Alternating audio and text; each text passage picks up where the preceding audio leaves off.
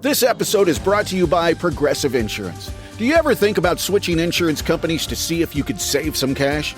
Progressive makes it easy. Just drop in some details about yourself and see if you're eligible to save money when you bundle your home and auto policies. The process only takes minutes, and it could mean hundreds more in your pocket. Visit Progressive.com after this episode to see if you could save. Progressive Casualty Insurance Company and Affiliates. Potential savings will vary. Not available in all states. You don't buy on hope, you study the label. At Azurewell, we support that. Our commitment is simple. Tell the truth. Every ingredient listed, every amount disclosed. No proprietary blends, no guesswork. We go beyond organic and basic testing with comprehensive third-party verification. Take a look at what's in your cabinet, then visit AzureLivingWell.com to shop and learn more. That's AZURE livingwell.com. These products have not been evaluated by the FDA and are not intended to diagnose, treat, cure, or prevent any disease.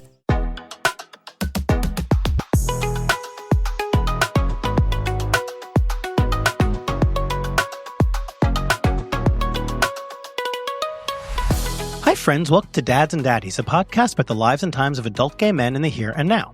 I'm Brian Ruben Sowers, the dad. And I am Judson Morrow, the daddy. Hi, Judson. Oh my gosh, welcome back from the far west coast. Thank you. How My are you? pleasure. I'm doing great. What's up? Yeah, I just got back from a week in Hawaii. Which island? Oahu. Got it. My sister lives in Hawaii in a suburb of Honolulu called Mililani, and she insisted that we, the whole family, meaning not just my four, but also my mother, my father, my father's wife, all come out to celebrate Passover. Uh-huh. So we did. It was my kids' first trip to Hawaii. What does insisting look like? Insisting looks like she sent an email maybe 6 months ago saying how nice it would be if we all came out for Got it. Passover. And I said, no, it's prohibitively expensive. And then she came back and said, well, I found these flights and these rates. And got it. Okay, that's what insisting looks like. Mm-hmm. My sister does have 3 kids. She has a 6-year-old who is not quite a year younger than my younger kid. And then she has 2 twin boys who are 4. And so, we don't see them that often. We sometimes meet in the middle at either my mom's in Los Angeles or my dad's in Park City, Utah, but it doesn't happen that often. So Hawaii is so crazy that California is in the middle. Right? So we took an 11-hour flight, direct flight from New York to Honolulu, which I have to say, my kids were incredible.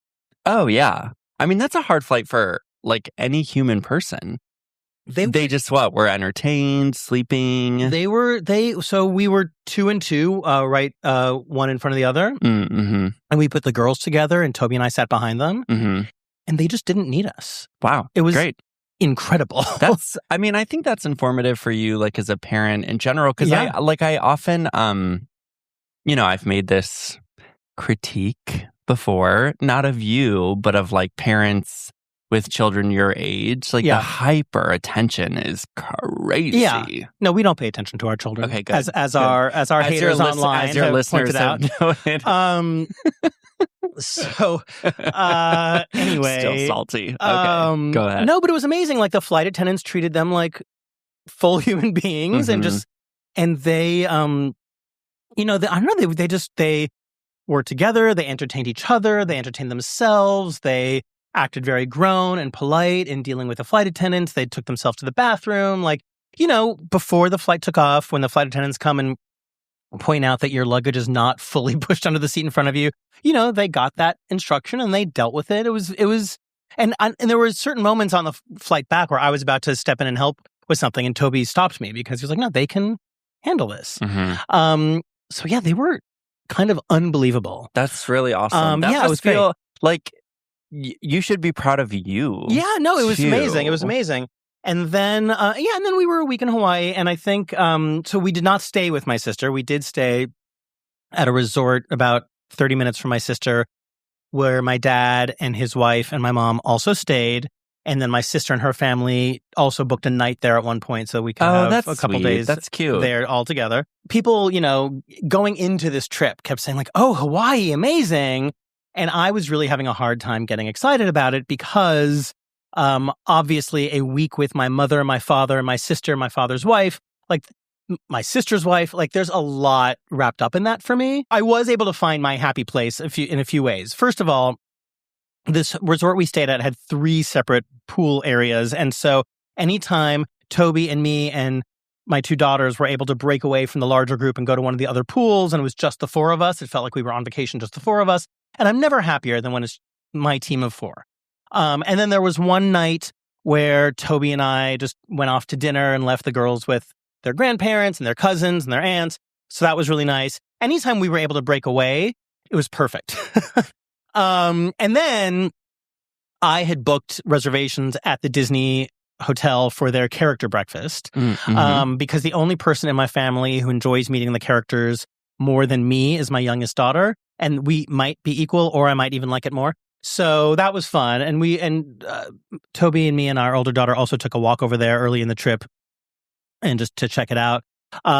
And it turned out that we didn't feel like we needed to stay there. It was so packed. They have some cool facilities, but when we took my daughter over there, we ran into Moana, so that made me happy. And then at breakfast, we saw Mickey and Minnie and Pluto and Stitch, so that made me happy. So anyway, all that to say, it was a complicated week, but there was joy and fun to be found and to be had. And I think my kids had an amazing time, and I always do love watching my kids with their cousins. I mean, just imagine all of those complicated dynamics in Toledo, Well, Ohio. Exactly. I can't really complain. Yeah. No, but I understand how it can just sort of like damper. Also, getting all the way out there is kind of exhausting. So you're just like starting the trip on your back foot. Right. I get it. But, you did it. We were of service to your sister and your parents. And I kept telling myself that truly, that like I am doing this for all of them. And like you said, like, yes, even in the worst moments, I was still at a resort in Hawaii. I was still in these pools. I don't know how many times I rode that water slide. So I can't truly complain, but like just the dynamic of being with all those people all together for a week, it was a lot. That was Thank God for my husband. Yeah, that was my attitude when my phone broke on vacation. I was like, my phone broke, but I'm like with my husband. So like, who do I need to talk to? Right. And it's 85 degrees out. Right. Like, I'm good. Right. Yeah. So I truly can't complain.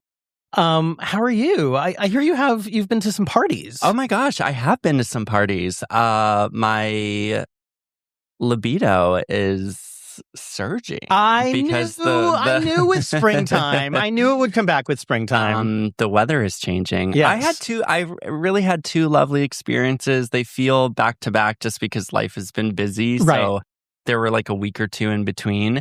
But I went to Brooklyn Jacks, which is like an offshoot of New York Jacks. Okay. And I just want to say, like, for anyone who is like sex party curious or like sex party nervous, like, where do I start? What do I do? I think New York Jacks is a great, the best actual entree into a group sex party. Okay. The reason being, so it's interesting, like within the culture, like New York Jacks started in darkness, right? Like this is a group that's been around since the 80s. Right. And it was essentially like an intimacy support group for people whose partners were dying of AIDS. Right. So and a community that was afraid of doing more than masturbating together, right? Correct. Yeah. So it was like an opportunity to like be together, be of service to each other, touch in a way that was safe. Yeah. I feel comfortable using the word safe in that like there was not transmission of fluids, which was like the biggest danger at the time. Yeah. So it has sort of like this dark history, but it's continued for the last 50 years. And of all the sex parties I've been to, I would say that it is the most diverse in terms of age, in terms of body type, in terms of race. And the nice thing is like there's so little negotiation. When you check in, they actually have consent bracelets So they have red, which is like, stop, I'm just here to watch. Yellow, which is like, maybe, but please ask first. And then green is like, grab my dick. Right. So even if you don't see the bracelet. So like, you wore green. I wore green, yes. Of course. I took 2 greens. I'm like, let's get one on each wrist. So depending on whatever angle you see me. That's incredible. I just had some really nice experiences with a lot of different men. And one of the guys I got off with, I got his phone number, and now we're keeping in touch. And it's like, it just goes back to this whole like, well, I'm off the app, so how do I meet people? And I was talking to your husband this morning about how nice it is to like connect in person and then exchange contact information. Because it's like, dude, I already know that I like you. Right. So I had a really lovely time. I actually can't remember if it's called Brooklyn Jacks or if it's called like New York Jacks in Brooklyn. But if you look up nyjacks.com, like you'll find all the info. You actually have to sign up to get the newsletter and the address, but it's free to sign up. I just think it's a lovely, lovely, lovely experience if it's your like first time ever. And the rules are what? The rules are kissing is okay, no penetration. So that means like no dicks in mouths, no dicks in butts. It's like you can touch, and it's cool to like ejaculate wherever. I just remember there was like this one point where there were like 3 guys sitting on a bench, and one was like a 20-something white Instagram model, and then the other was like a 50-something like black yoga daddy. And then in the middle was this like 30, 40-ish like Latino cub. And I was just like, this is fucking awesome. You should have brought over like, take a picture of that for your totally. website. I was like, it kind of looked like a college brochure. Right. Or a like, Benetton app. Yeah. Do you want to go to Jackoff College? We've got everybody. It just was like, amazing. I just noted it and was like, this is fucking cool. Like, this is good. So I need to know, you mentioned that kissing is okay. How prevalent is kissing? I would say 50-50. Like 50% of the men that I engaged with, and the ones who didn't want to kiss, like didn't have to say so. It's like I would lean in. Mm-hmm. You know, there's this idea of like go 90% and see if they come the other 10. Yeah. And I would like lean in, and they just wouldn't respond. And I'm like, okay, that's a good signal to me. Right. Without having to be cheesy that like kissing is not their thing. Yeah. So yeah, 50-50. Okay. Good to know. Yeah. And I'm like you, like I love kissing. So obviously the men I kissed, I had more fun with because it was like a more intimate connection for me. Right. But yeah, and I also want to touch on like cost. I think it was $30, which I think is really reasonable too. Like I always want to be cognizant that like $30 isn't nothing. But like maybe if you save $5 a week for 6 weeks, then you can go and like be really happy that you were able to like save the money and make it happen. Yeah. So it's like it's not cost prohibitive. It's not free, but it's doable. For sure. And then the second party you went to? Our friends from JXXL, yes, Jordan and Leo had a really gorgeous springtime party. Nice. Where I also had a lot of fun. I felt and both of these you attended with your husband? My husband and I went together to both of these. Yeah. And my husband and I played together at both of these. The spring party was really great. I did something. Sometimes I go into a sex party and I like rush into intimacy because I feel like that's going to help me get over any like jitters. And also it's going to like indicate to the people there that I'm like DTF. Yes. And I was like, you know what? Instead of like rushing into it, like, why don't I actually went with this attitude. I was like, I'm proud of myself for like getting out of the house on a Saturday night and doing something with my husband. And if nothing happens, like I'll still get to watch really hot scenes. Right. And going with that attitude and going in and just like taking my time, I ended up having a lot of fun. I felt socially desirable. I felt sexually desirable. The vibe was like very friendly and very fluid. I also like these parties because, you know, I've been a slut in New York for almost 20 years. Yes. And it's really nice to just like run into your other slutty friends. Yeah. Like not dudes that you call to get coffee with, but like men that I've known for a decade and a half that I love to just like run into and talk to. Yeah. So both were really great. I love that. Yeah.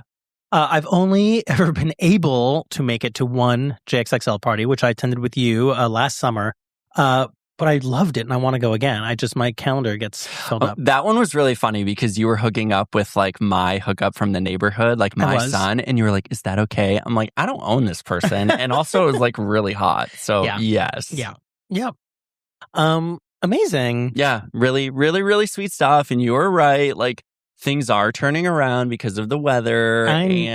You're correct. I am still eye roll, like off the apps, and I am enjoying like hitting up these parties when I have the time and then staying connected in meeting through these parties. Yeah. Yeah. Nice. Good things. Speaking of being sluts. Yeah. I'm in the middle of reading Boy Slut by Zachary Zane. Oh, book club. Yeah.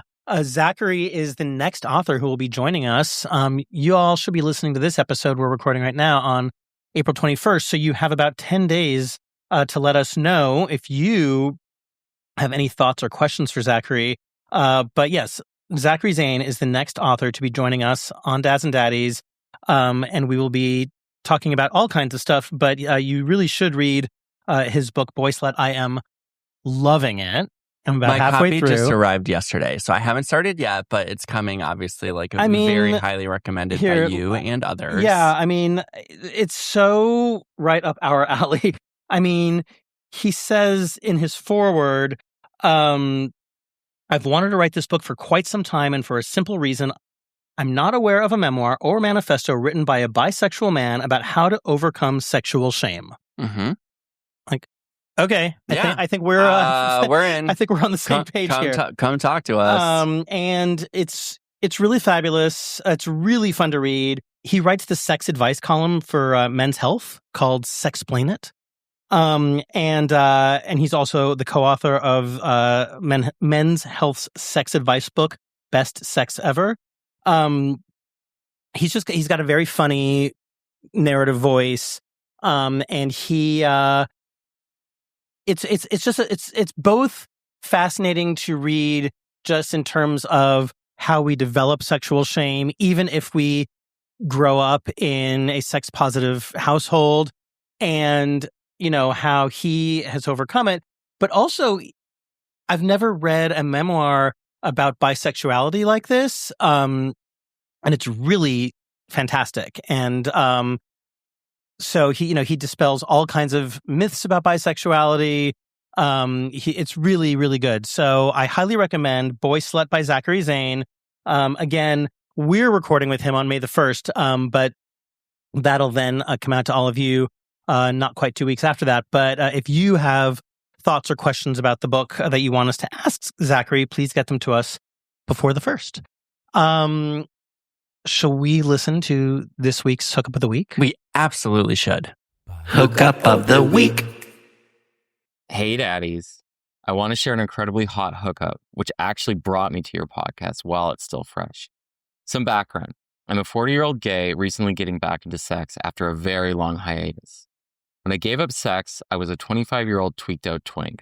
I spent the next 15 years struggling with alcohol addiction, mixing with periods of unsatisfying and largely sex-negative recovery. At 40, I made some major changes to my approach. I'm on PrEP, on the apps without shame, and having hot, sober sex that would have been hard to comprehend for most of my life.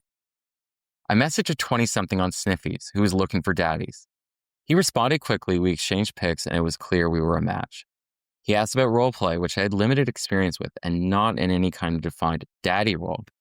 Together, we devised this crazy scenario where he was my son's friend. I had found a bottle of lube that he had left while staying over to study, and I was coming by to bring it back. He would claim ignorance, asking me to teach him how to use it. But through discovery of a butt plug in his ass, would learn quickly this was all familiar territory. I scrambled to make it there with a lot of doubt that I could make this work. I arrived to find him not just very hot, but warm and welcoming. We stumbled through the first bits of the role play, and it didn't take long for our clothes to come off. His body was amazing. I was into him, and he was into me. I love eating ass, but this experience with the butt plug and his beautiful hole was just next level. He was very verbal, gave great compliments, and brought out the same in me. It was an excellent session of mutual service with passionate kissing and incredible fucking. We came together and spent the next hour cuddling. I've learned in listening to your podcast that in many ways, he was being the daddy. Through his encouragement of the role play scenario, verbal cueing, and confidence building. He obviously learned this from someone to whom I'm also grateful. The experience has lit me up, and I'm inspired to bring this energy to others. Thank you for what you do. I feel now you're both a part of my sober sexual journey. Hookup of the week. I am so touched by this particular submission. Yeah. This listener feels like we're part of his sober sexual journey. Yeah. And there's so much here. Like, thank you so much for acknowledging the younger partner in this scenario was the daddy, for like holding space, for being encouraging, for being a mentor, for being a teacher. And that now you want to turn around and offer it to others. Like, that is something that we talk about all the time. And as you know from recovery, like, service keeps you sober. I love it. Yeah. I was waiting for the connection as to how this hookup brought him to us. I assume that the hookup was the referral. But regardless, I also love that we are part of the journey, and I just congratulate you and am so impressed by you for being open to that role play scenario, even though that was completely foreign to you and it seemed like a complicated role to play out. I mean, I personally might have gotten intimidated and said, you know what, that's more than I can take on. So I'm very impressed, and I will take some inspiration from you in terms of just like being open to that and just seeing where it goes. And I love that you said, you stumbled through it at first, but then you got into this very hot situation. It sounds like it was amazing for both of you. So thank you again for your submission, and also thanks for your bravery in just talking about your recovery journey. And I love that you have come out the other side in terms of finding your way back to being a sexual being and having these kinds of hot experiences. So congratulations and thank you, and tell us more. Yeah, congratulations. Congratulations. Yeah. It also reminds me to mention to our listeners that Inferno in Brooklyn is launching a sober sex party. They have been really beautiful in their correspondence. And by that, I mean, they're very clear. Like, you don't necessarily have to be a person in recovery, like someone who identifies as like a member of like the NA or AA or CMA community. It just means that like you're going to come to the party sober, you're going to stay sober at the party, and you're going to leave the party sober. And I'm just excited to see how that unfolds. I love that. There's a part of me that's a little nervous. I'm like, oh God, am I just going to run into a bunch of fucking people that I know from meetings? That's interesting. But like also like New York is the New York recovery community / one of the other things they said in the invitation was like, maybe you just don't want the pressure of drinking for one night. Right. You know what I mean? And you just want to like come have sex and hang out with like on a break. Like right. That's cool too. So let me ask you, you have said before that you like essentially won't shit where you eat in terms of like hooking up with folks at your regular meetings. But what if you did run into somebody from a meeting at a sex party? Is that different at all?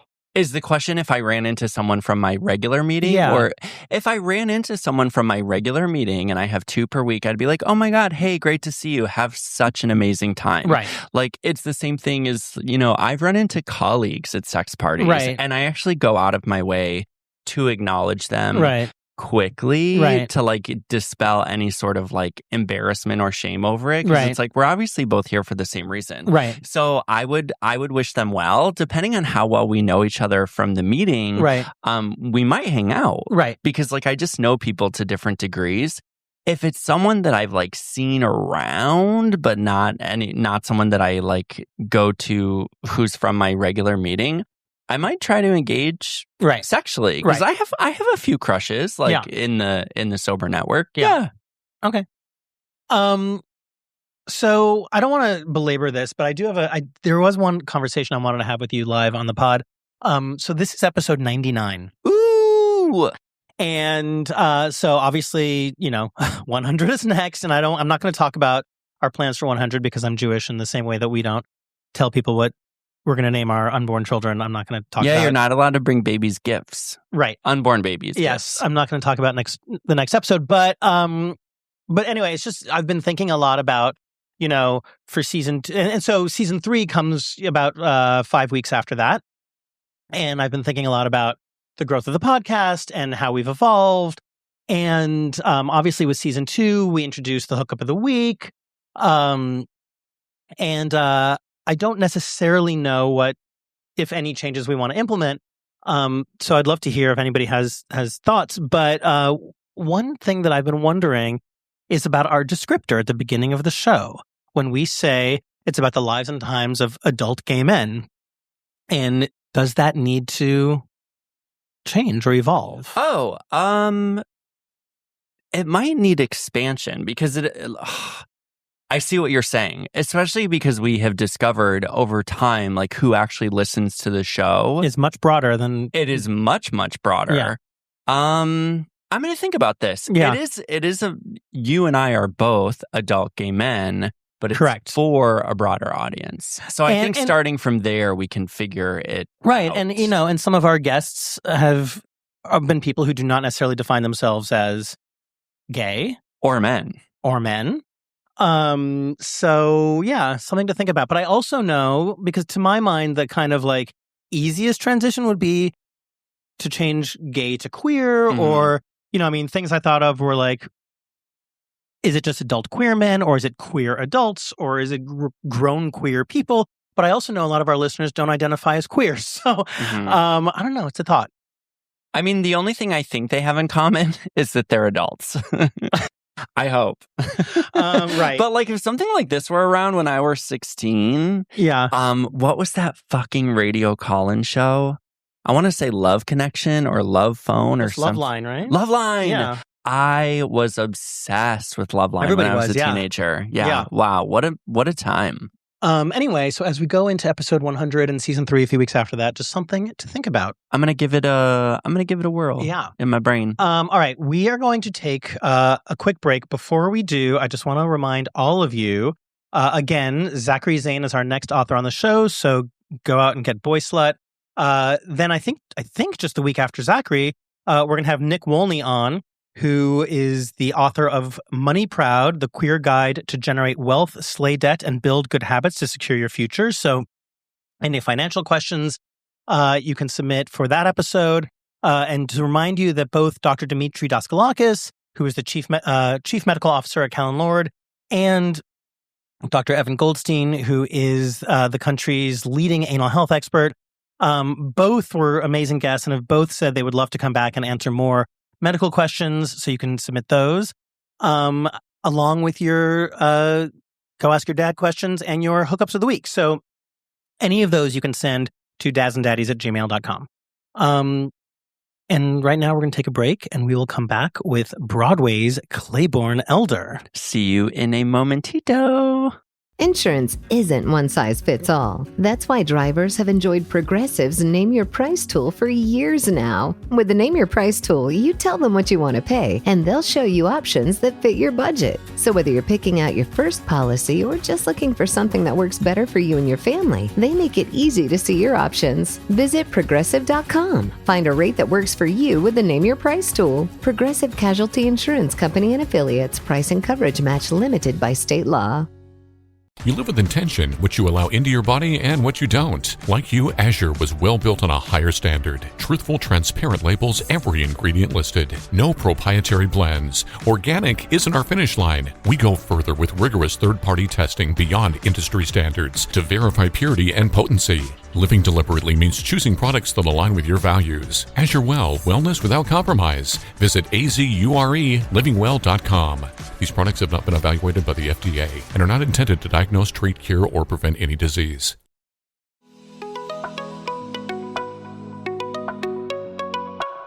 Hey listeners, welcome back to Dads and Daddies, the podcast. We would love to welcome to the show the very talented, the exceptionally DILFy, Claybourne Elder. Hi, Clay. Broadway's favorite dad. Oh my God, thank you. Yeah, of course. Dilfy. I'm going to add Dilfy to my profile. I think you should. Put it in the playbill. I'm so Dilfy. Yeah, in my bio, like your favorite Dilfy Broadway singer. Speaking of bios, I'm going to read yours right now. Oh God. I know. It's great. It makes all of our guests uncomfortable, and I should probably change the format and do this in the segment before. Maybe that'll be a change for season 3. Okay. Claybourne Elder is a Grammy, Screen Actors Guild Award, Drama Desk, and Lucille Lortel nominee whose debut... I've lost all those things. Whose debut album, If the Stars Were Mine, is out now. Judson and I have both listened. We're huge fans of the album. Yeah, love. I'm excited to talk about it. Clay currently plays John Adams on HBO's hit series The Gilded Age, and was most recently seen on Broadway in the Tony Award-winning revival of Company, starring Patti LuPone. Yes. He is known for his performances on Broadway in Bonnie and Clyde, Sunday in the Park with George, Torch Song, and Sondheim on Sondheim. At the Hollywood Bowl, he began his career originating the role of Hollis in Sondheim's Roadshow. He also originated the role of Ollie in Tennessee Williams' One Arm, directed by Moises Kaufman. Yes. Yeah. Other credits include Do I Hear a Waltz at City Center, Allegro at Classic Stage, 2x2 starring Jason Alexander, Venice at the Public Theater, Giorgio in Passion, Tony in West Side Story, Joe in Angels in America, Curly in Oklahoma, Wolf/Cinderella's Prince in Into the Woods, Gaston in Beauty and the Beast, and most recently, Jackie in City Center Encore's gorgeous production of Michael John LaCusa's The Wild Party, starring Jasmine Amy Rogers, who I want to know everything about. She's the best. Oh my God, I love her so much. I'm obsessed. We also both saw you in The Wild Party and thought you were incredible. Oh, thanks. Thank you. Clay also played Pete O'Malley in the CW's The Carrie Diaries and can be seen in the Hallmark original Deck the Walls. Deck 'em. Yeah. I would lead with that. It was a gay one. I played a gay character. I'm sure you did. It was very fun. His solo show has played sold-out crowds across the country and in London. He's been a soloist at Carnegie Hall, LA Philharmonic, American Pops Orchestra, and Utah Symphony. Recently, Clay launched an initiative called City of Strangers to provide free tickets to Broadway shows for people who might not have the means. They've given away over 3,000 tickets and have gained unexpected attention nationally, being featured on This American Life, CBS This Morning, and The Kelly Clarkson Show. Mm-hmm. So once again, welcome to Daz and Daddies, Clay. Thank you. Wow, that was sitting and listening to your resume is nice. It's a nice way to start the day. It's terrifying. Well, I mean, when you have a resume like that, good and bad, especially if you're like a little. I was on LinkedIn the other day, and I was like looking at my career history in response to a recruiter, and I was like, wow, I've been someone's employee for 30 fucking years. Like, no wonder I'm tired. Yeah. So it's kind of nice to hear your bio because you're like, yeah, I deserve a nap. Mm-hmm. Yeah, cool. It's true. I feel that way. The three of us actually have a decent amount in common. Yeah. So from what I understand, your husband, Eric, has described himself as, quote unquote, so Jewish. He is very Jewish. So I am Jewish, married to somebody who is not Jewish. Judson is not Jewish, married to somebody who is Jewish. Oh, wow. We're all interfaith couple. Thank you. Good job. Good job. Yeah. Good job, all of us. And we all have a little bit of an age gap in our relationships. Yeah. I'm 9 years older than my husband. Judson is 19 years younger than his husband. Correct. And you guys have about 11 years? Yeah, 12. 11 or 12. Yeah. Uh-huh. Yeah. So, yeah. And you and I are dads. Uh-huh. Amazing. Wait, where are you? Are you older or younger? I'm younger. You're younger. Mm-hmm. Cool. Yeah. We're all Jew enthusiasts who have age gaps. Yes. This is great. Look at that. And you and I are dads. Yeah. And your son right now is currently upstairs in my house playing with my kids. And I just received the report because we left your son a bit shy. We left one of my daughters having injured herself in the backyard in tears. But I just received a report from my husband. All kids are together and chatty and happy. Great. This is great news. Yeah. Wonderful. So we're all good. And Thank you for hosting us both. Oh my God, of course. I'm so excited to do it. So do you also, is it true that your birthday is April 21st? It is, yeah. So that's the day that this episode will be airing. So happy birthday. Happy birthday. Yeah. Happy birthday. To me. Yeah. To myself, to you. your future self. Yes. Enjoy this. Yeah. So this is, oh, great. For all of our listeners, this is your birthday. So reach out to Clay and wish him happy birthday today. Aww. Yeah, do. So, City of Strangers, since we just finished with that in the bio, Yeah. I just want to quickly tell the story about the pay it forwardness of it and how that originated. Yeah. So, it's a long story, and I will give you the truncated version, which is that I had gotten kicked out of college for being gay. We'll get to that. Mormon school. Yeah. I went to the Mormon school, got kicked out for being gay, went to New York on a visit, and a man, through a kind of random act of kindness, gave me some money to go see a Broadway show. He walked up to me on the street. And as you would if you see Claybourne Elder walking down the street. And then it was kind of a life-changing experience for me, the show that he sent me to see, which was Sweeney Todd, and it was this production I really fell in love with. And it was the production with Michael Cerveris and Patti LuPone. Yeah. Which I saw many times. Yeah. Oh my God, it was amazing. Yes. I loved it. Yes. And John Doyle directed it, Yes. who then became kind of my mentor. He gave me my first job. Oh, and amazing.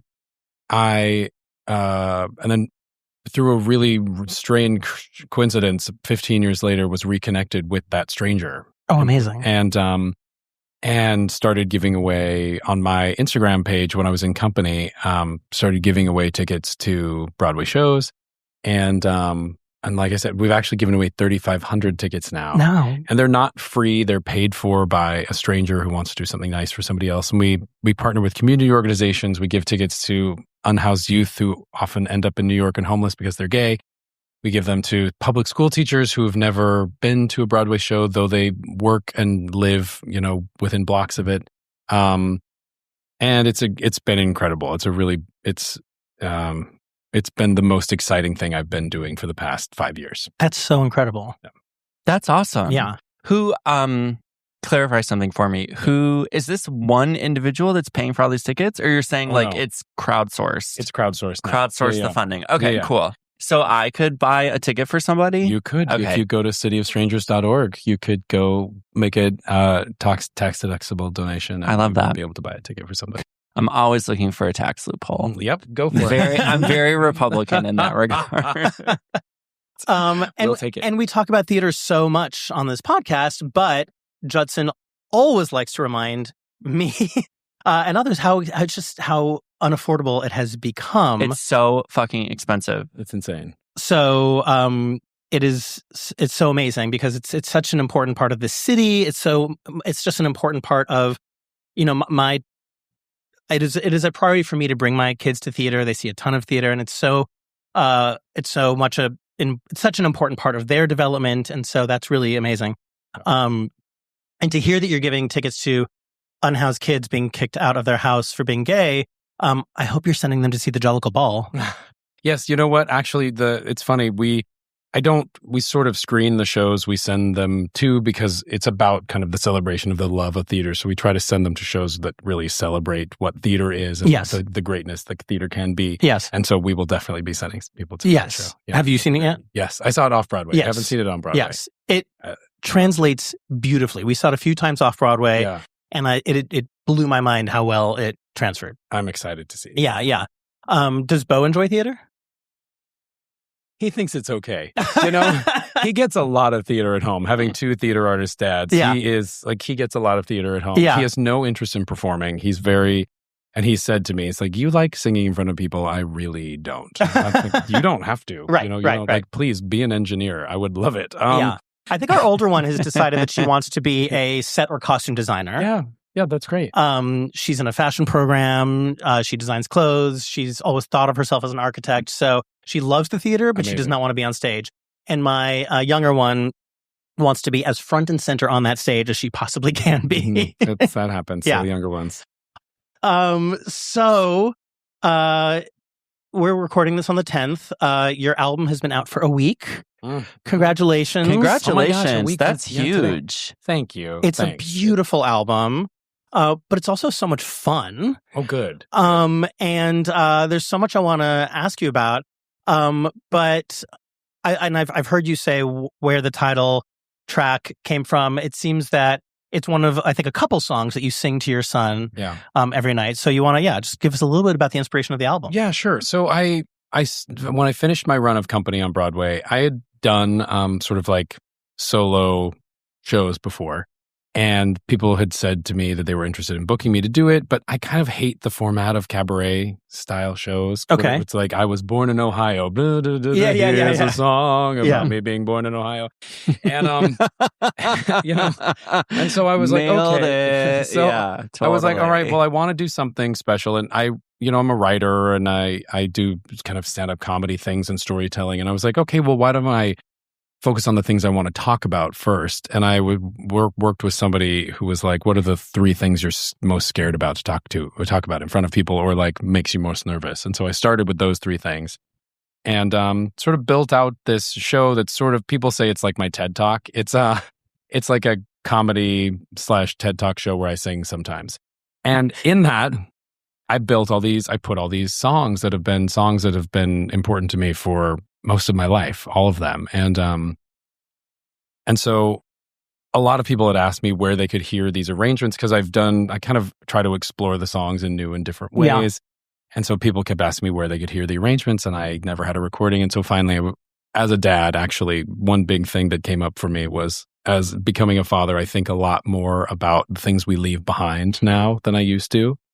And I decided, in part because I imagined Bo one day playing the album for his kids, I was like, I'm going to do this. Yeah. And so, over the course of about a year, I slowly put it together, and it's mostly the songs from the show that I've been doing for the past few years, but there are a couple of other new things in there. Yeah. And the show was called I Want to Be Evil? It was called both I Want to Be Evil and If the Stars Were Mine, depending on where I was doing it. Okay. If I was in Provincetown, it was called I Want to Be Evil. Right. When I was doing it in Florida, it was called If the Stars Were Mine. We hysterical. love A/B testing. A/B testing. And you know what? It was basically the same show. I cleaned it up a little bit for the Republicans, but also I was like, every venue I went to, I was like, hey, just so you know, this is what the show is like. And right. This is what I talk about, and this is what I do. And right. It's pretty gay. Right. I'm going to do it that way. So I Want to Be Evil, song made famous by Eartha Kitt. And then you have your arrangement, which is amazing. But I love the reason it's on the album is because of how you were raised. Yeah. And so my dad lives in Utah. Oh my God. Park City, Utah. He calls it Utah. Yeah, it is. Yeah. That's. And he's only been there for the last 15 years or so. It's not like I grew up there. No, but it's not like I grew up there. Yeah. So I always love meeting people who were raised in Utah. Yeah. So you were raised Mormon. Yeah. Like 20 minutes from Park City. Yeah. Yeah, in the mountains, out in the middle of nowhere. I grew up in Utah. I'm the youngest of 8. Wow. I've come from an old Mormon family where, like, my great-great-grandfather had 12 wives and 25 children before he was 25 years old. Wow. So if you're from Utah, we're probably related.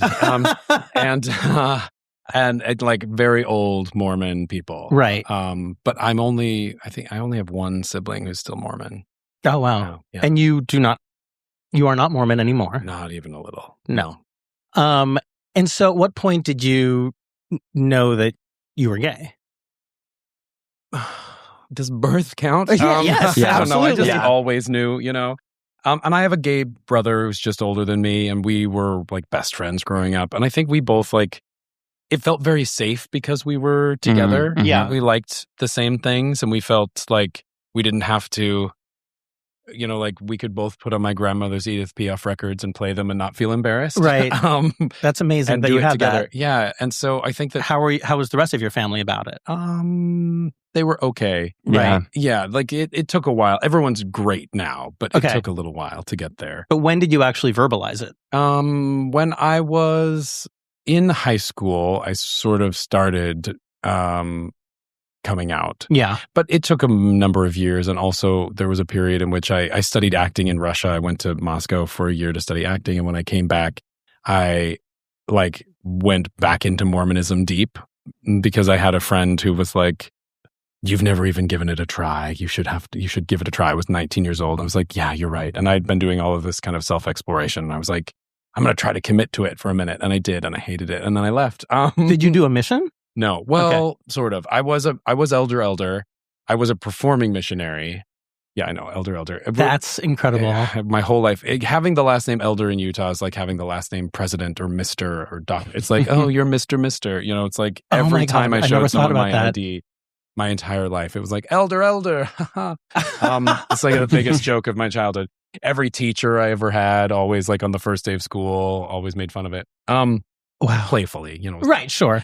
But they had performing missionaries. Every year, the Mormons choose 16 performing missionaries to like sing and dance as their mission.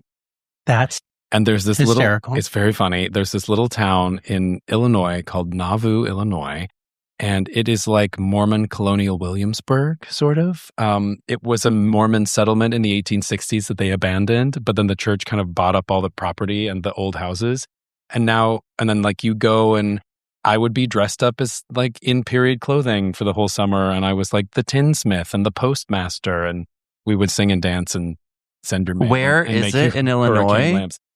Oh, just the middle of nowhere. Yeah, I don't even know. It sounds middle of nowhere-ish. Yeah, Nauvoo. I also love that you said, like, when Brian asked, like, oh, like, when did you come out? And the response is, like, at birth. Like, the older I get, the earlier I knew I was gay. if you asked me at 25, like, oh, when did you come out? I'm like, well, precisely at 15 and a half. And now it's like, I realized, like, we just didn't have the language the way young people do now. Yeah. Like, you just start to feel and that's why I like, whenever any young person uses any label under the queer umbrella, I just believe them. Mm-hmm. I believe them. I just don't think there's any reason to, especially in this climate, to choose it.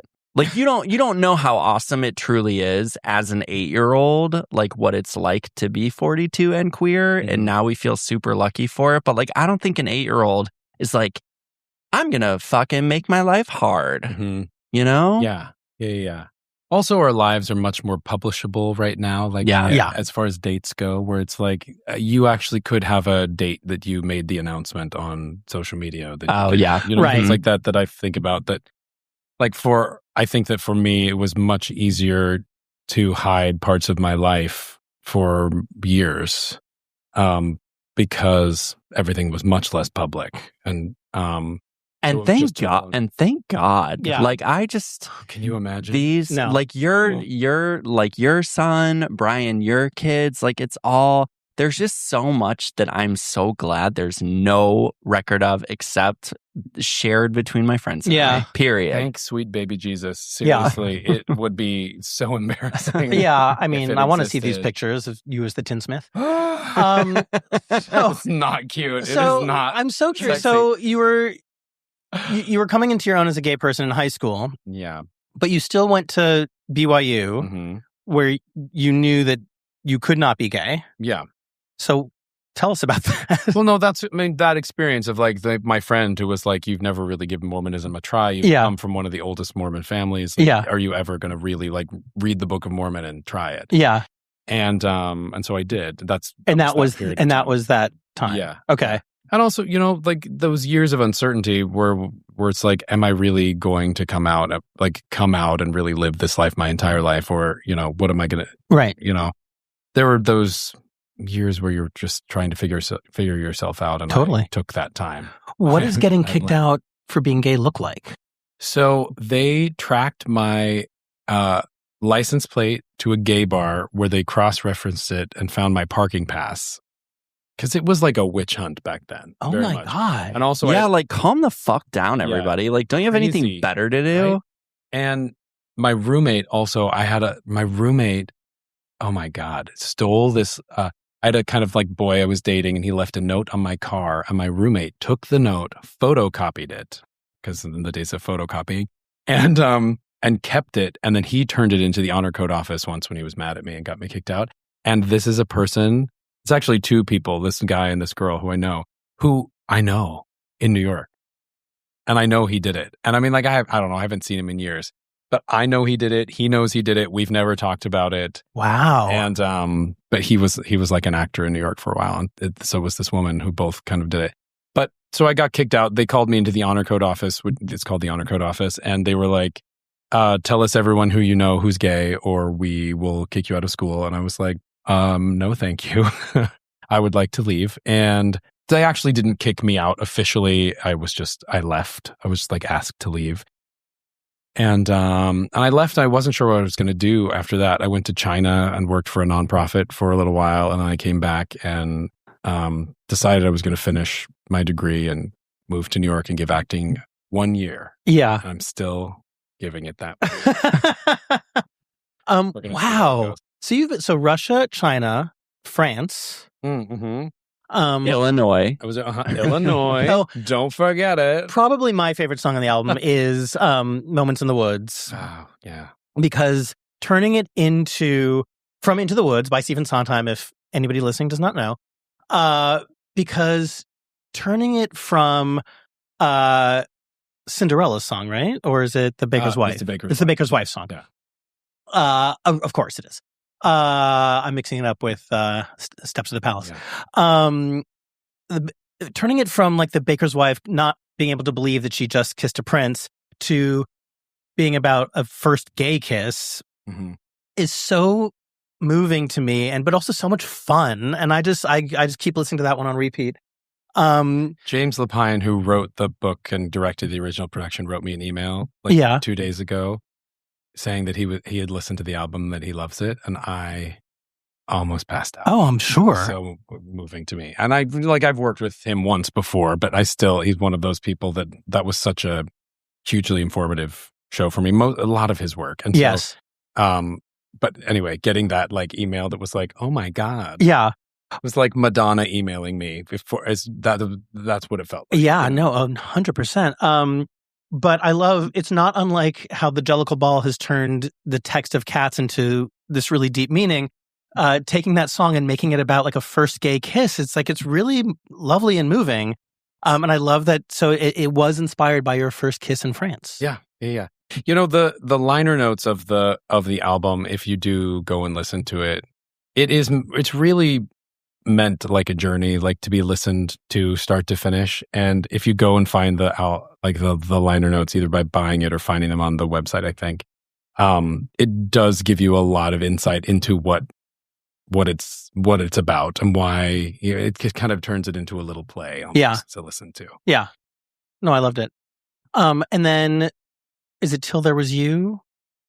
That you said you did in one take. It was not meant to be on the album. It wasn't supposed to be on the album. I'd been thinking about the song a lot, and I really love that song. And we ended up with like 15 minutes left on one of the sessions, and it's just so expensive studio time. Right. And so I was like, hey, everybody, wait, come in here. And I got the chords on my phone. I was like, why don't you guitar take the lead and you do this? But I want the song to feel sad because I feel like that song has kind of this inherent longing about it, like a little bit sad. And so we did it. We did it in one take, and then I kind of was like, well, I guess maybe we'll put it as a bonus track or something. But then I loved it so much, so we put it on. So speaking of Till There Was You, can we talk about Mr. Elder or Mr. Rosen as it is? Yeah. You've been married for almost 15 years. Yeah, almost. Also, congrats. Thank you. Thanks. When I think about this sometimes, like depending on who is congratulating me for my marriage sort of like dictates my response. And like plainly put, and I need to be more gracious about this, when another queer person or couple congratulates me for being married that long, I'm like, oh my God, thank you so much. Like, because they're just like, thank you for being the model. And then unfortunately, like when straight people compliment me, I'm just like, oh, you didn't think we could do it? I fully understand this. That totally makes sense. It could be really? It could be so well-meaning, but I don't know. The issues are in the tissues on that one, but I'm glad that you can relate to that. Yeah. Oh yeah, that totally reads true. So reading up on you both, am I correct to guess that you met when you were doing One Arm? No, we actually met. We were doing Into the Woods. Oh, okay. Yeah, Moises Kaufman had this production of Into the Woods he was trying to kind of get happening in New York. And so they did this out-of-town tryout of it in Kansas City, where my husband was the artistic director of the theater. Okay. There. And so I went out to Kansas City, and I remember being on the plane like, where am I going? What is this random place? And why am I going to do this? And we met, and we had a lot of mutual friends. So we knew each other we got to be friends very quickly. And then my last weekend in town, I asked him out on a date, and we were like, I don't know how this will work. We don't even live in the same place. This is insane. And here we are. So was it long distance for a while? Yeah, well, yeah. I mean, the thing about it, he had to be in New York all the time Right. for work, and I would have breaks in between shows or things, and I would just go out to Kansas City for a few months and kind of hang out. It was very nice, actually. It was like Kansas City was our country house. It was just really inconvenient to get to. And that's sort of what it felt like. Like, we bought an apartment in New York very quickly after not quickly, but a couple of years in, because we were spending most of our time here. Yeah. But, yeah. And then at what point, did you always know you wanted to be a father? You know, I think I always wanted to be a father.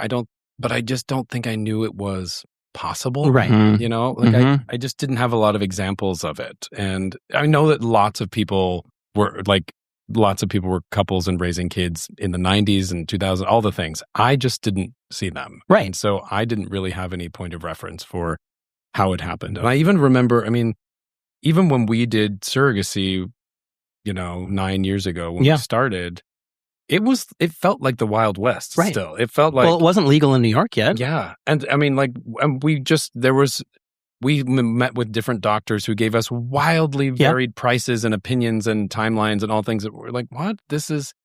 and maybe it still is that way, but it felt very like we had, oh my God, we met with a woman in Kansas City that talk about it not being very common. And they were like, they had no idea what to do with us. They were like, yes, I think it's possible. Right. And I think I always wanted to be a dad. I didn't know if I knew it was going to happen. Right. And I remember when we took the first steps, we were like, still feeling a little unsure about timing because there's no good time. There's never a good time. The amount of people I've spoken to are like, well, we'll do it when it's the right time. I was like, then you're going to be waiting forever. Yeah. There's no good time. And we just decided we're going to keep walking down this road. And if at any point we want to stop and say we don't want to do this anymore, we will. And it took us 2.5 years to get pregnant. It took us a while. We had some like false starts. Sure. And some, and we had one surrogate who didn't work out, and we had like one egg donor who didn't work. So we had lots of chances to turn around and not do it. But at every turn, we were like, nope, this is exactly what we want to do. And 8 years in, it's great. It's the best. I mean, he's on spring break right now. I've been so busy the past like 2 months. And so I finally just finished this concert I was working on Wednesday night, and so since Wednesday I've just been hanging out with him constantly, and it's the best. He's the best, and it's the best thing I ever did. How are you raising him religiously at all? No, we explain all religious things to him, and he's a very thoughtful kid. He was like asking me about God and the soul and stuff very like when he was 5. And so I think partially because he has 2 very religious grandmothers. And so we take him to church, like we'll go to like a Unitarian church and things. And maybe he'll want to know more about it, but I sort of want to give him the chance to decide for himself. It's funny though, the only area in which it becomes tricky is like last year he started becoming really scared of death. Like it's a thing that when they figure it out. Yep. Like it's when right at that age, really scary, right? Yep. Like and all my siblings were like, yes, this is when it happens. Yep. About their kids. And he and one night he was just like crying, just so scared and crying and about it. And I found myself wanting to be like, oh, I see why religion is so comfortable. And the Mormon idea of like your family is together forever and you live together forever on your own planet is like lovely. I'm like, oh, I would love to believe that were true. And it felt like, I was like, oh, I wish I could just tell you that. I wish I could just lie to you and tell you that that's what I believed and that was going to be okay. Rather than sit in the discomfort of the moment and like try to get through it, just kind of bandage it over with stories. But it is, but no, we're not. I mean, he calls himself Jewish. He's like, I know I'm part Jewish and part, I like come from a Mormon family, not Mormon. Well, I'm still going to invite you. Jorman. I'm still going to invite your family for Shabbat dinner sometime. Wonderful. Yeah. We would love it. Yeah. I appreciate that like at such a young age he's so introspective about like the soul and God. And I remember one of my early arguments against heaven because my mom's mom died. My maternal grandmother died when my mom was like 32, way before I was ever in the picture. And growing up, my mom was like, I look forward to seeing my mom in heaven again. And I was like, wait a minute. So we're all dead. We're all in heaven. Like, I'm hanging out with you because you're my mom, but you want to hang out with your mom because that's your mom. And like, I don't even know your mom. I don't want to hang out with this woman. Like, I couldn't separate like how we would be spending time with each other. And then I was like, maybe there are, because it's heaven and the rules are different and we're there forever, there's like different versions of each of us. Like, there's a version of my mom in heaven that I hang out with her as my mom. And then there's a version. And then I was like, okay, no, let's just smoke pot. Like that's where I landed. Yeah, that's great. But that sounds like the right age. Yeah. And, you know, he is going to be able to figure it out. Mm-hmm. Yeah. For himself, he can decide for himself what he wants to. Yeah. Let's take a quick break, and then we'll come back and ask Clay about his daddy issue. Great. You live with intention, what you allow into your body and what you don't. Like you, Azure was well built on a higher standard. Truthful, transparent labels, every ingredient listed. No proprietary blends. Organic isn't our finish line. We go further with rigorous third-party testing beyond industry standards to verify purity and potency. Living deliberately means choosing products that align with your values. Azure Well, wellness without compromise. Visit azurelivingwell.com. These products have not been evaluated by the FDA and are not intended to diagnose, treat, cure, or prevent any disease.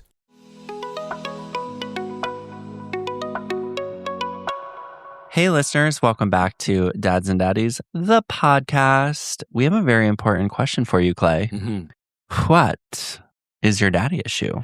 First, I want to say I wore this shirt. I don't know if you can see my daddy shirt. I clocked it when you came in here. Okay, so my mom made this shirt for my grandfather in like the 1960s. And it's got a little heart that says daddy on it, embroidered on it. And on the back, it says, "This is my work shirt and I'm busy."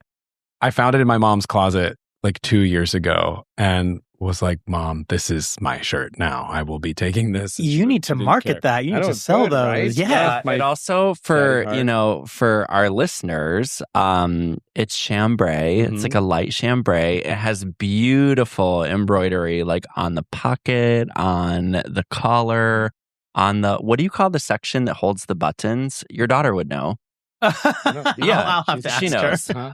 No, it's pretty lit. It looks like it looks like Balenciaga like now.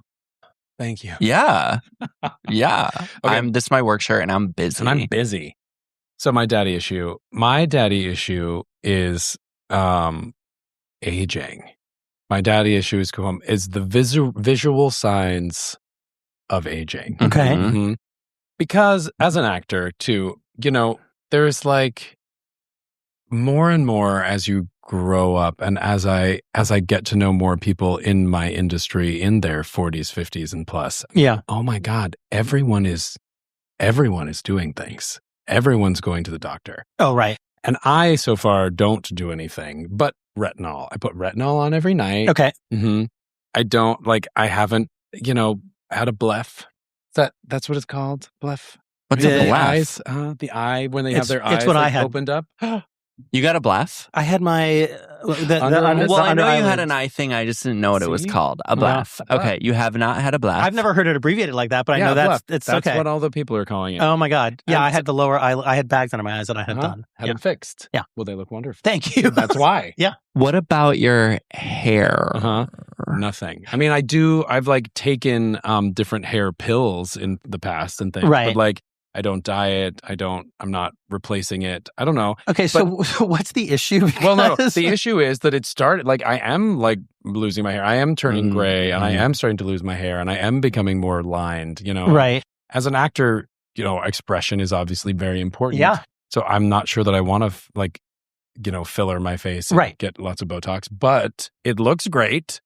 And I do have, my brother does enjoy The Doctor. And, Your gay brother. My gay brother. Uh-huh. And so he's like, do it. Where is he based? He lives in Texas. He's a therapist in Texas. Okay. And he's like, do it. Do it, do it, do it. All of it, do it. Like, I want to slow down. Wait a minute. I mean, we are very blessed as men that as we age, we continue to be considered sexy. Attractive. Yeah.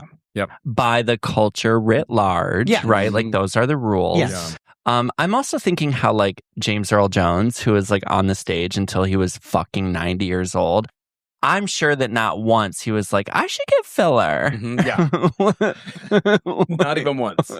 Not even once. But also, like, it's sort of the other problem with like making yourself look overly youthful as you age as an actor is that your age sort of betrays what you can play. Right. Because I also have a youthfulness about me. Like when I was 30, I was playing a 19-year-old on a TV show. You know, like, right. And not because I'm like, I was so young and beautiful. Just, I think it's partially being gay. Like I'm youthful and things like that. And I don't want to be like, not be considered for roles that are my actual age because I'm trying so hard to look like I'm 30 still, you know? Right. But I also want to be attractive. I don't know. Who doesn't want to look, right. you know? Like you literally nothing to be concerned about in that arena. Well, thank you. But there will be, you know, like there always is. Well, that's the other thing. I mean, like you're saying, like, you know, culture writ large, there's that and there's how we see ourselves, right? And what you see when you look in the mirror can be totally different from what everybody else sees. Yeah. And Brian mentioned the age gap earlier. I'm 19 years younger than my husband. And other than like moisturizing and working out, that's how this man is preserving himself. Mm-hmm. And like to watch, not like outside validation is the only thing, but like to watch the kind of 20-something trade my husband pulls at his age as a person who is like working out and staying active and just like moisturizing, I'm like, we're all going to be fine. Mm-hmm. Like we're all fine. Yeah. And there's personality. Like your husband's personality is so magnetic, right? And so let's not discount that. Yeah, because we talk all the time about like what I find attractive. Like once you get to know somebody, their attraction. If you are attracted to them as a person, the physical part of it is only one small element. Mm-hmm. Mm-hmm. He's also really stay nice and cool. Stay nice and cool. Everybody, stay nice and cool. Yeah, don't become about trash as you age. Yeah. And confidence, right? Like confidence is the sexiest attribute. Yeah. So as long as you can cut to 5 years from now, I'll be back in your podcast and I'll be like tucked and pulled. I'll be like, what? Am I pretty now? Do you love me? It is fascinating the amount of media right now, culture, that is about this very topic between the Demi Moore movie, The Substance, and I think Ryan Murphy's is his show called The Beauty. Yeah. And obviously Death Becomes Her's on Broadway. You know, it's like maybe it's always been a common theme, and now that I'm in my 50s, I just like see it everywhere. Yeah. But and obviously with the advent of GLP-1s and all of that, like it's just in the ether everywhere. I mean, there's Subway ads now for GLP-1s. Yeah. Oh yeah. My, along with what you're saying, like I often think about aging too, and I'm less worried about the look than like my total lack of energy. And I'm just like, how the fuck do people live to be 90 years old if I'm like this tired at 43? Absolutely. And like, how am I going to get around to like doing all the things that I just want to accomplish, not for the sake of like being successful, but just like seeing and doing the things. Yeah. Experience of like a big life. Yeah. That's what I struggle with currently. I like the gray in my beard. I just wish I could get through an afternoon without having to lay down. It's funny because like I so much of, being in a job where you are in the public spotlight, where it often feels like your appearance doesn't belong to you. It is like when I think about myself and what I care about and how I care about how I look, or what are the things about how I look that are important to me. It's so interesting because I forget almost like it's such a baked in part of who I am to be an actor and to like be, that it's hard for me to even imagine, like, oh my God, what would I look like if I just could look like anything? Is sometimes like very different for me. You know, I got my ears pierced a couple of years ago. It's something that I'd wanted to do for a very long time, but I still had this like, from years of kind of, I don't want to say trauma exactly, but like years of managers and agents and stuff telling me to not be too gay.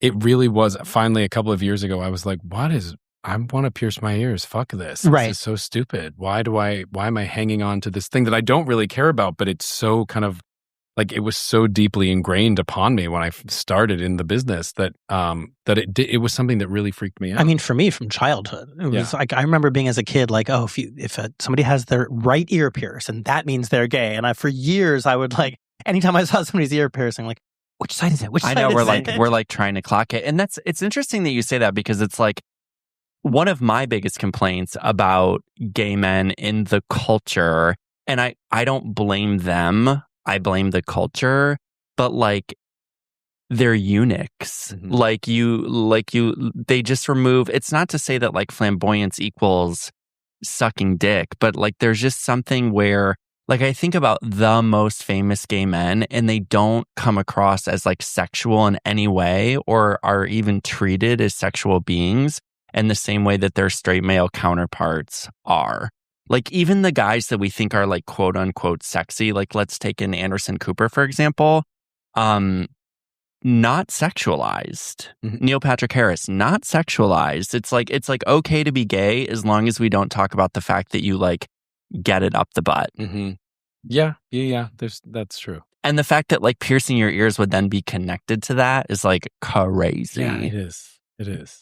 That being said, I was very impressed with your performance in the Wild Party, in that you were like largely naked and and participating in some pretty gay activity up on that stage. Yeah, it got really gay.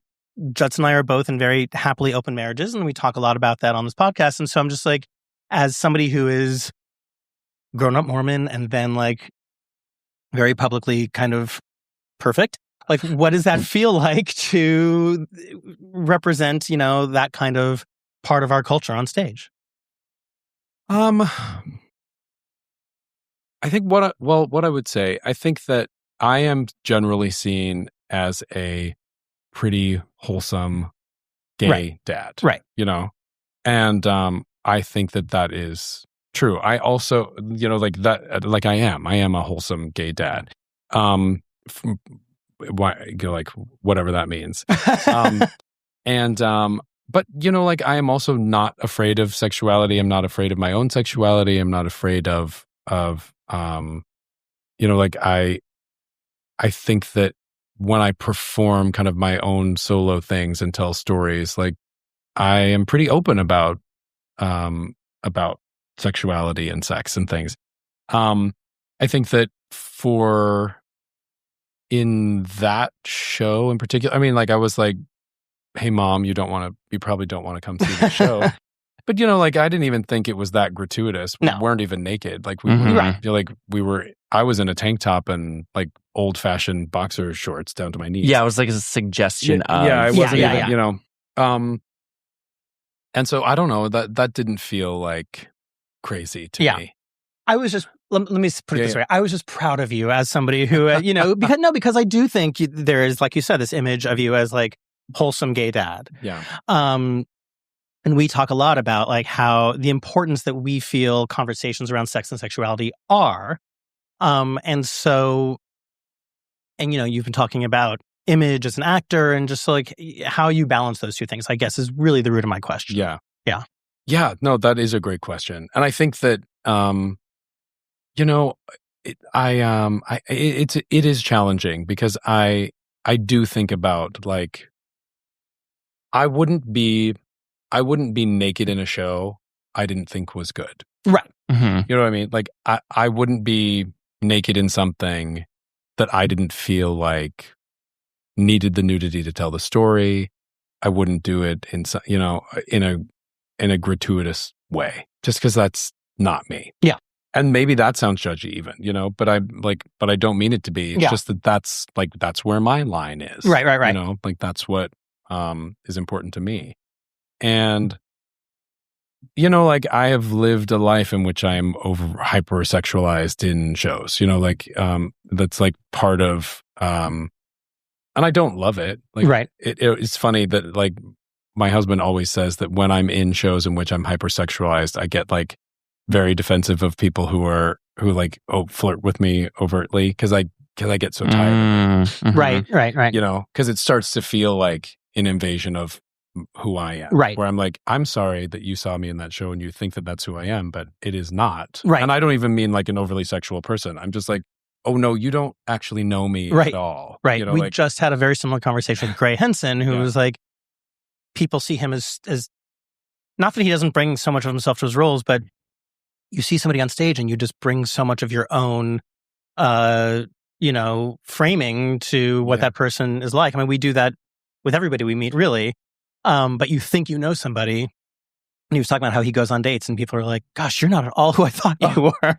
I cannot imagine, honestly, dating as a person who has a public persona. Yeah. I think about it a lot where I'm like, it just doesn't, it's like, it's unfair. Right. Yeah. Because they can come, they can be like, I know about your asymmetry mom. of information. Yeah. You know, like it is it would be very strange. Yeah. So find your partner before your career takes off. Exactly. Do it. Lock it down.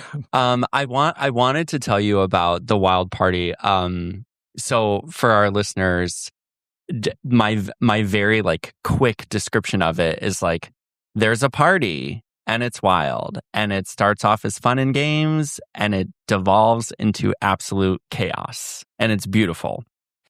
So for me, as someone in recovery, at the beginning of the show, I was like, oh my God, drugs and alcohol are so fun. Because everyone is just having this like fucking sick good time. Yeah. Like the downtown is looking more like uptown is looking more like downtown song. I was just like, wow, this is really cool. And then the show is the show. And I was like, I'm so glad I'm sober. Yeah, right? I hope that's everybody's feeling about it at the end. Like I never had such a bad, let me put it this way, like gin kills people. Yeah. Oh my God. Yeah. The Wild Party, The Wild Party, gin kills gin people. kills. I was telling people, it feels very poignant to right now to me for some reason, that show. And I can't tell you why, but it is like, I can tell you why. I can tell you why I feel, but like there is, we live in such a moment of excess. And as gay men in New York City, I think a lot, you know, they're like, this party scene to me, I was like, I know all these people. You know? Right. This is not at all unfamiliar territory with me. And the poem itself that it's based on is very loose. Like there's no plot of the poem. It sort of is just that, like, it's about a party that devolves and into yet, terrible things. Two different composers tried to make musicals out of it. Yeah. Because of the same, and it is funny because those two musicals, like the plot of those two musicals is very different. It starts the same and it ends the same, but like what happens in the middle is kind of very different. Yeah. Because of that. But it is, that show, it feels like the musical we deserve right now a little bit, where I'm like, yeah, I think we all deserve a little bit of a reality check in that way. That I think, you know, we talked a lot about when we were making it, that the beginning of it should feel like a party that everyone wants to go to. Like it should feel very fun. Yeah. And so that, and particularly my character, who I don't often play bad guys because I'm the wholesome, like nice Mormon-faced kid. I got the Mormon face real bad. And but you've never actually been in the Book of Mormon. No. Well, I'll tell you a sad Book of Mormon story in just a second. Okay. But in creating that role, or like this version of it, Mark Kudish, who played it in the original production, came to see the show, and he and I shot a commercial together like 15 years ago, and we've been friends for a long time. We've worked together a couple of times, and I was like, "You're going to hate this because it's not what you did. It's very different than what you did." And he came and he was like, "No, I loved it," and it's a hard thing to play because if you don't like him, then what he does is not horrible. Is not as horrible, you know. Like if you really like him at the beginning and he's kind of charming and delightful, then you were really horrified by what happens. Right. And if you want to find out, I don't know, listen to the cast album. It's not us on the cast album, but go read about it. Book of Mormon, They were doing a workshop of Book of Mormon, and it was right when the show was being written. Yeah. And they hadn't really written it. They were just kind of getting this group of people together. And they asked me to do it. And I said, look, this musical by the South Park guys, it's going to be so offensive. It's probably going to be terrible. Like, what do they know about writing a musical? And my family will be really, really offended if I'm a part of it. So I said no. Wow. And I don't know what I would have played. Like, I don't know what character or what thing they wanted me to do. And Right. again, the show hadn't even been written yet. But I do know that all those people that did that workshop share a producer point on it and make a lot of money because they were a part of those original things. And it launched quite a few careers. Yeah. But, it really, I would make the same decision today. Like, we didn't know Right. if the show was going to be good or Right. bad. But it is like one of those moments I look back on like, oh, God. And really? you have seen it since. Yeah. And as someone who grew up Mormon. Yeah, it's really offensive to anybody, but it's offensive to lots of people. It Right. offends all sorts of religions and Yes. beliefs. And it's brilliant. It's brilliant. It's hilarious. Yes. Yeah, it's genius. This reminds me, just very briefly, I have a girlfriend who I went to graduate school with, and the summer between years of a 2-year program, between coursework and thesis writing, she went back to stay with her family in Chicago, and she was Grubhub's 5th employee.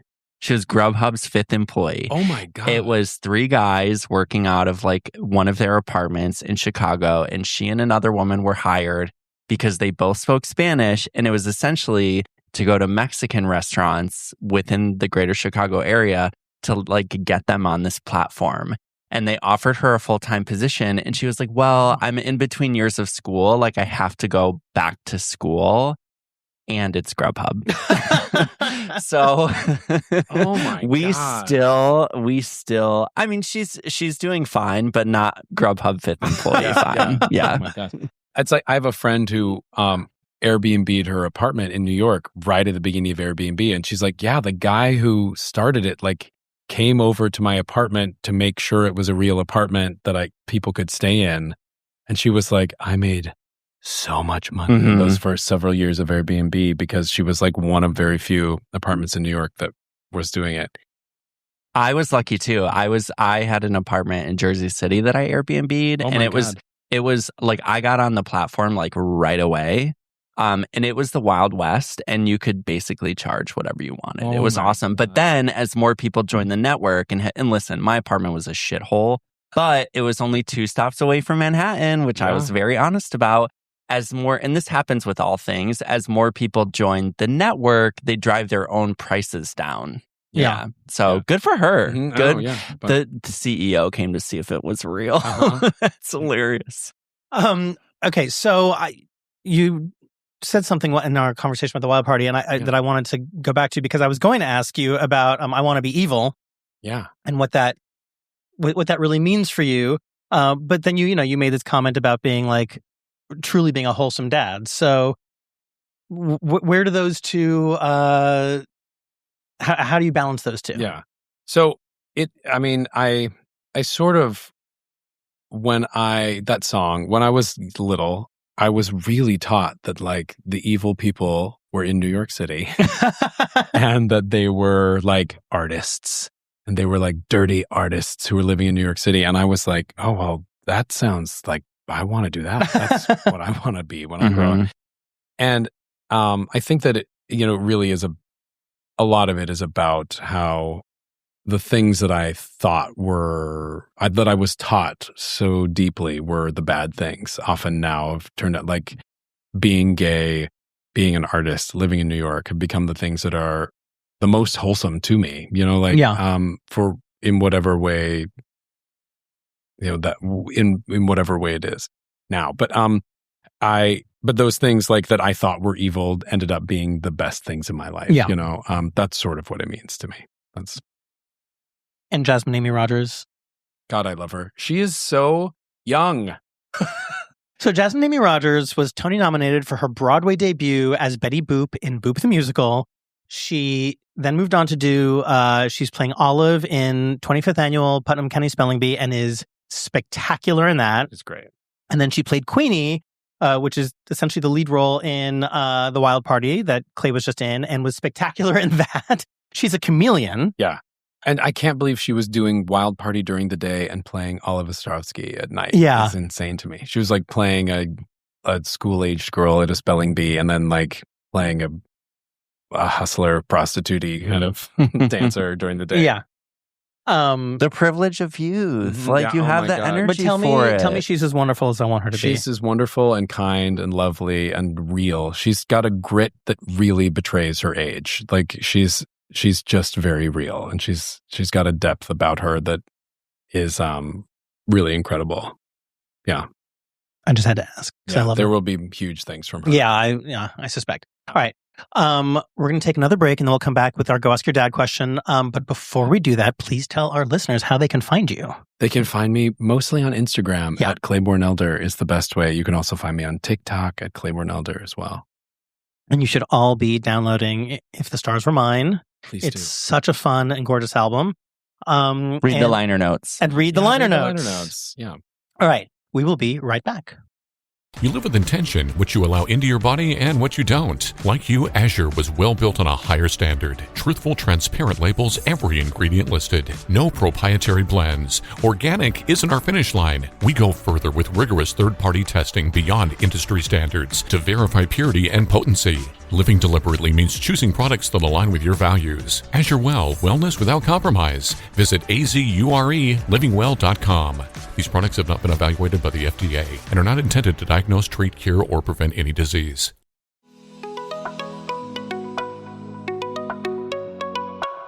Hey listeners, welcome back to Dads and Daddies. We have arrived at Go Ask Your Dad, where we address listener-submitted questions. A reminder, everybody at this table is a professional, but not a professional lawyer, financial planner, or mental health practitioner. We respond to your questions with our life experiences. To send us a Go Ask Your Dad question, please email us at dadsanddaddies@gmail.com. Voice memos do turn us on the most. And Judson is going to read us this week's question. My boyfriend, 42, and I, 30, have been together for over 3 years. We've experienced a lot together, including grief and loss, travel, professional changes, new friendships, and some fun sex stuff along the way. Over this time, we've both decided that we'd like to get married, probably this year. While we're not officially engaged yet, are we? I'm already feeling stressed about wedding decisions. While we're both romantic in our own way, neither of us are the best at extravagant gestures or planning big events.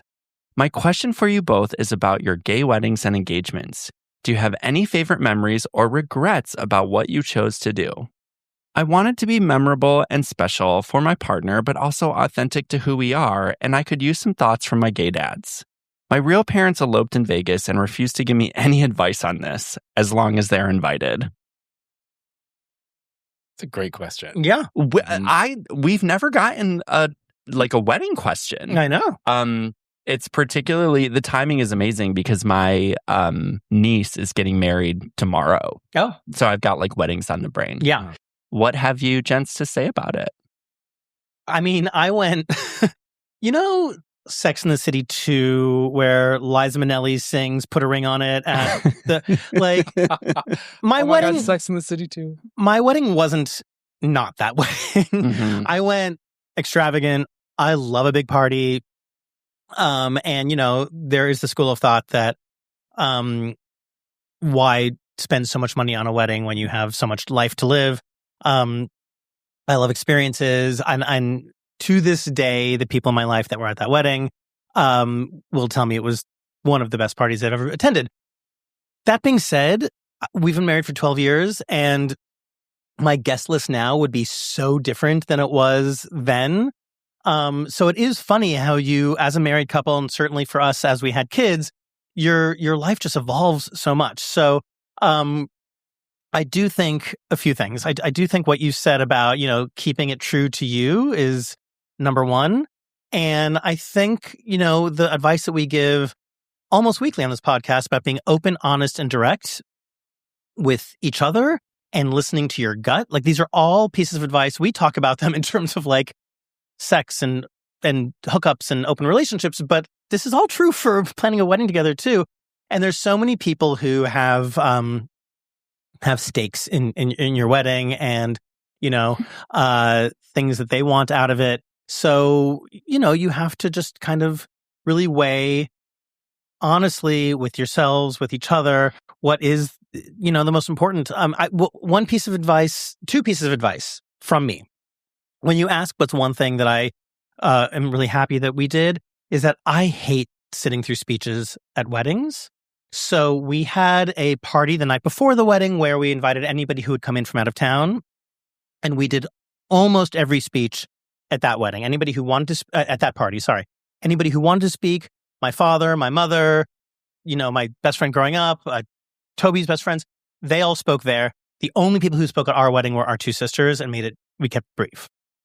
The one piece of advice I was given going into our wedding that I give to everybody getting married is that our rabbi said to us, this is one day that you have to experience together.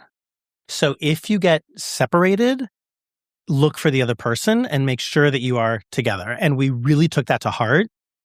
And we made sure as much as possible throughout the party that we were holding hands or that we were next to each other. And if we ever lost one another, that we found each other quickly.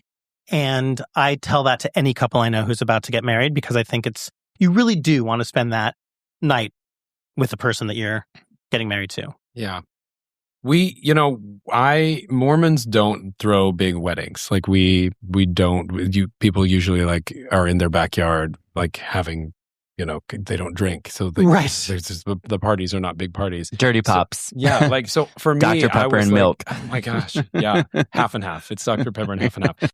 Wait, that's a thing? Oh yeah. All over. There are stores that they're whole soda stores in Utah. Yes. For these soda drinks. But I was I didn't know what a big wedding was, really. Right. And my husband was I went to all of my friends' weddings, and we are throwing a big wedding because that's what that was his experience. Right. So I was like, okay.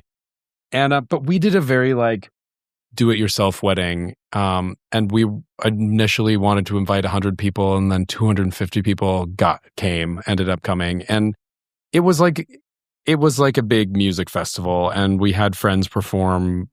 Somebody else planned it all, but had a group of friends perform. But it was, we just made it our own thing. Yeah, it was not. We didn't have a regular reception. We didn't have a regular the wedding itself was kind of our own thing. I think just what you said, that it's more about making something that means something to the both of you, a ceremony that means something to the both of you, and that can be anything. Yeah. It can be literally anything you want it to be. Yeah. I mean, for us, theater is so important to us, and there was a moment where the Hudson Theater, which is a Broadway theater, was a venue, and so we got married on the stage of the Hudson Theater. I reopened the Hudson Theater doing Sunday in the Park with George. Yes, you did, and we were there because it was our first opportunity to be back in the theater and see a show there. Oh, crazy. Yeah, it was crazy. So we got married in the Hudson Theater. And the nice thing was we did find a wedding planner. I had found a book called Gay Weddings Confidential. And so I just reached out to the author of the book, and she became our wedding planner. I don't think she plans weddings anymore, but a wedding planner, if you can afford it, is just a neutral party who has a lot of knowledge and should be able to also help you have the conversations about what is important to you. She knew theater was important to us. She found this venue. And at the time, and still to some degree, RuPaul's Drag Race was a religion in this household. So and Raven was my favorite. And so we stalked Raven. We found her, and she was the MC and largely the entertainment at our wedding. Amazing. So it was very much us, but it was not Liza Minnelli singing Put a Ring on It, or Single Ladies. But yeah, we found things that were really important to us and really felt like us. When we got engaged, I proposed to Toby on a bridge in Cologne, France. I was there for Cologne, Germany. What am I saying? Cologne, Germany. I was there for work. He met me out there, and it's a bridge with all these love locks. And so we had a love lock engraved the day we got engaged and put on the bridge. And so at our wedding, we created a wall of locks, and everybody found their name and table number on their lock. So, we just did things that meant something to us. We made sure, I think, Open Your Heart, which is Madonna's song about, using a lock metaphor about love, was the song that everybody heard as they came into the room to get their tables. And Like a Prayer was the last song of the night because, we're huge Madonna fans. So, you find ways to bring in touches. Yeah.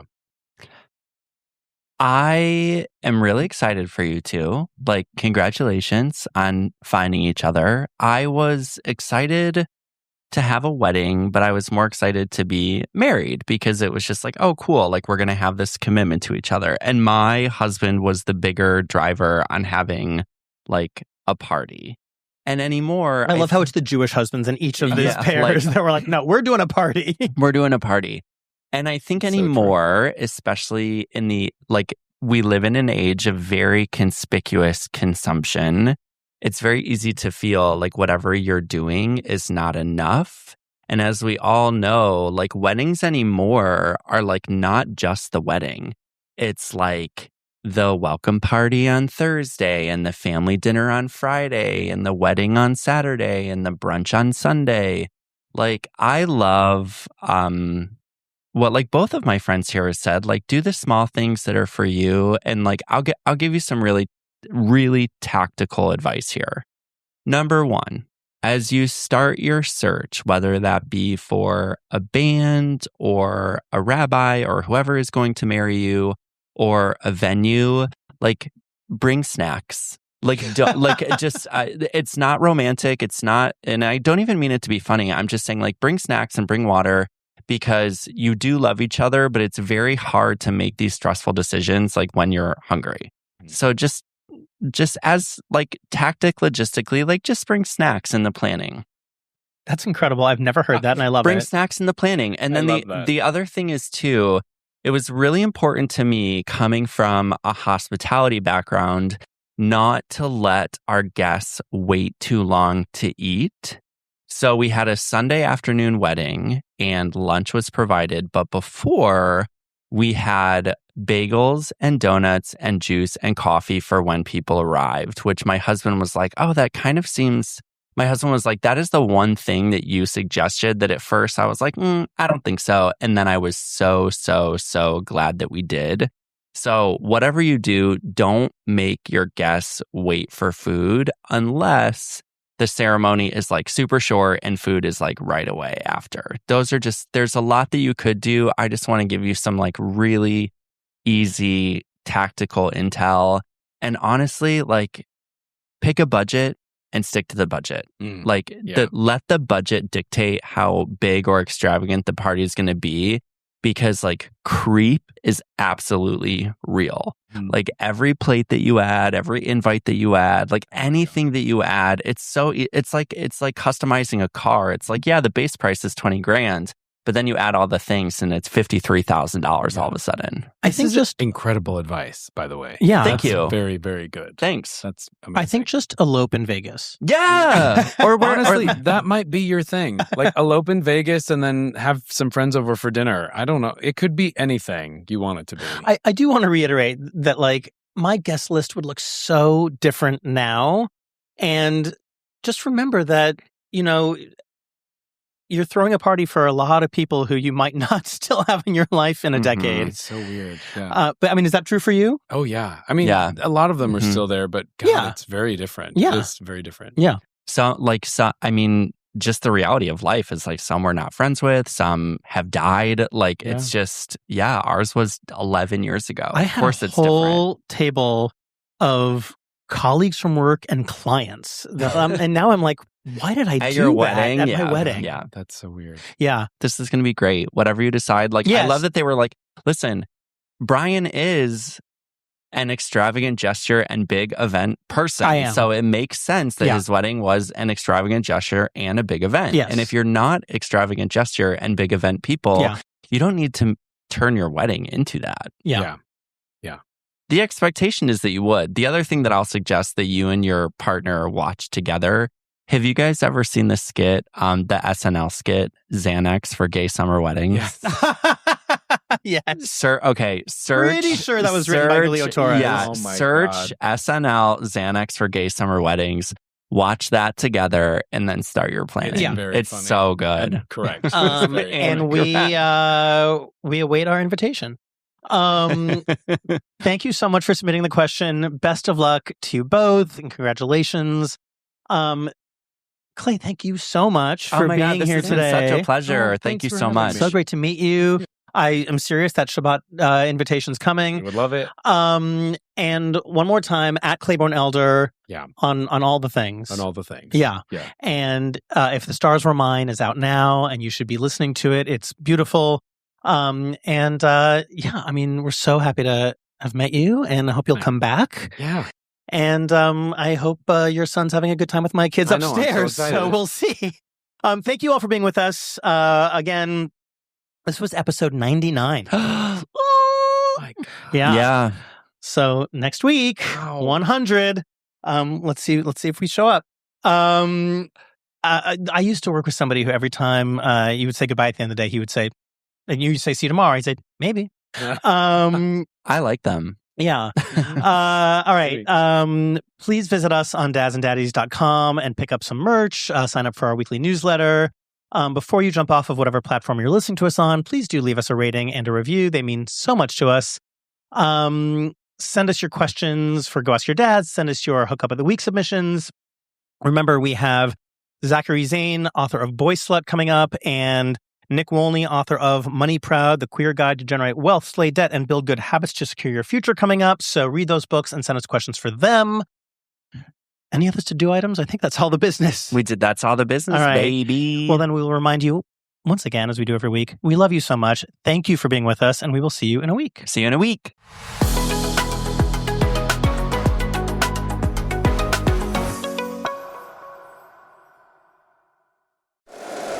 If you like the show, please take a moment to rate, review, and subscribe. It really does help the show to grow. Thank you for listening.